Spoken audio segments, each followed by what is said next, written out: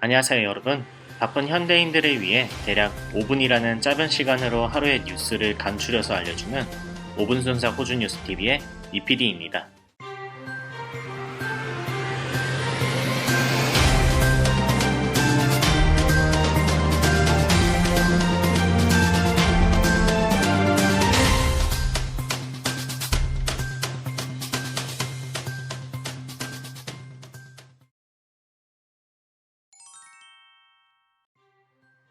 첫 번째 소식입니다. 중국과 호주의 외교적 갈등이 최고조로 치닫고 있는 중에 중국 보안당국에 의해 출국 금지 조치령이 내려졌었던 2명의 호주 기자가 중국을 빠져나와 어제 호주에 무사히 도착했습니다. 호주 방송국 ABC 뉴스 소속 베이징 주재 특파원인 빌 버트스와 상하이의 주재종인 오스트레일리안 파이낸셜 리뷰의 마이클 스미스 기자가 7일 밤 중국을 떠나 8일 오전 시드니 공항에 도착했습니다. 이들은 지난주 호주 영사관으로부터 현재 호주와 중국의 갈등으로 인해 중국에 머무는 것에 위험이 있으니 떠나라는 경고에 지난주 목요일 호주행 비행기표를 끊었지만 이는 중국 보안당국이 갑작스럽게 출국 금지 명령을 내리면서 무산되었습니다. 이유는 이미 중국 보안당국에 의해 구금된 중국계 호주인 청레이에 대한 조사에서 이 두 기자들을 요주 인물로 지목해서였습니다. 청레이는 중국 관영방송 CCTV의 영어 채널인 CGTN의 앵커였지만 지난달부터 중국 정부로부터 구금되어 있는 상태입니다. 그녀가 구금된 이유는 아직까지 구체적으로 밝혀지지 않았으나 ABC 방송국에 의하면 호주와 중국의 외교관계 부분에서 매우 민감한 사건에 의해서 구금되어 있다고 전했습니다. 한편 중국에 의해 출국 금지 명령이 내려졌던 빌 버트스와 마이클 스미스 기자는 출국 금지령이 내려진 후 상하이에 위치한 호주 공간에 피신해 있었고 그동안 호주와 중국의 고위 당국자들 간의 긴 협상 과정 후 7일 저녁 상하이를 떠나 8일 오전 시드니 공항에 도착할 수 있었습니다.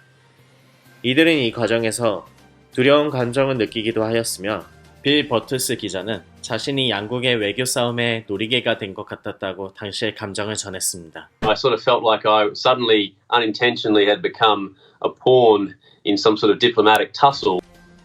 현재 호주와 중국의 관계는 지난 6월 코로나19 진원지 조사를 해야 한다는 스콧 모리슨 호주 총리의 발언을 기점으로 해서 최악으로 치닫고 있는 상태입니다. 이 발언 이후 중국은 호주 식료품에 대한 관세를 부과하거나 호주 소고기와 와인 등의 수입 금지를 명하고 인종차별 위험 등의 이유로 호주 여행 및 유학 자제를 자국민에게 권고하는 등의 호주에 대한 즉각적인 경제보복 조치가 들어갔습니다. 이렇게 양국의 긴장감이 감도는 가운데 호주 외교부는 중국에 거주하는 모든 호주 국민들에게 각별히 조심하라고 주의를 줬습니다. 이에 중국 외교부 대변인 리지아는 성명을 통해 외국 기자들이 법을 준수하고 법에 의거해서 리포트한다면 걱정할 것이 없다라고 하며 그는 추가로 현재 베이징에 구금되어 있는 중국계 호주 앵커 청리에 대해서는 국가안보에 위험이 되는 범죄 행위를 저질러 조사 중이다라며 구금 사유를 밝혔습니다. 한편 양국의 긴장감으로 인해 중국으로 특파된 호주 기자가 50년 만에 처음으로 아무도 없게 되었습니다. 2014년 전면적 전략 동반자 관계를 맺었던 중국과 호주는 이제는 이 관계를 다시 생각해봐야 한다는 의견도 나오고 있습니다. I think we have to completely rethink the relationship we have with China now. 호주와 중국의 외교 분쟁과 더불어 청레이 앵커의 구금까지 과연 호주 정부가 중국과의 이번 문제를 어떻게 해결할지가 주목되는 상황입니다.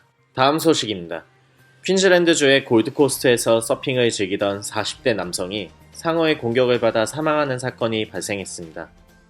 호주 최고의 관광 도시 중 하나이자 서퍼들이 사랑하는 골드코스트 남부의 쿨란가타 비치에서 서핑을 하던 지역 주민인 닉 슬레이터 씨가 지난 8일 오후 5시경에 상어에 물려 사망하였습니다.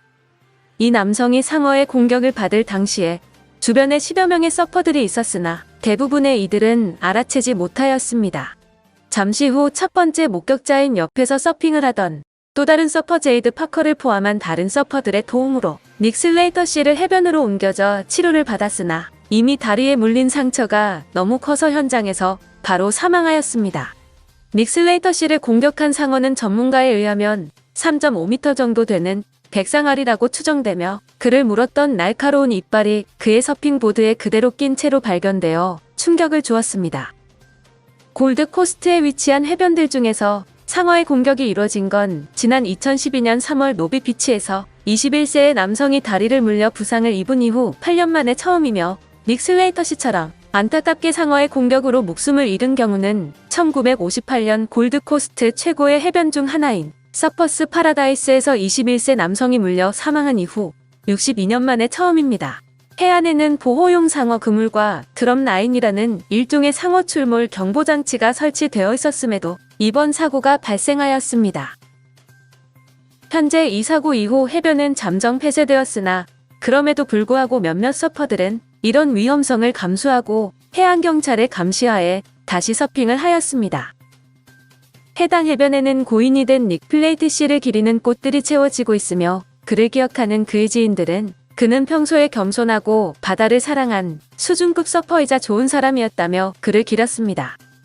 한편 사건이 일어나고 13시간 뒤에 근처 키라해안에서 안전망에 걸린 타이거 상어를 끌어올려 잡았으나 아나스타샤 팔라시의 퀸즐랜드 주총리는 해당 상어가 닉 슬레이터 씨를 공격한 상어인지는 조사 중이라며 같은 상어인지는 언급하지 않았습니다.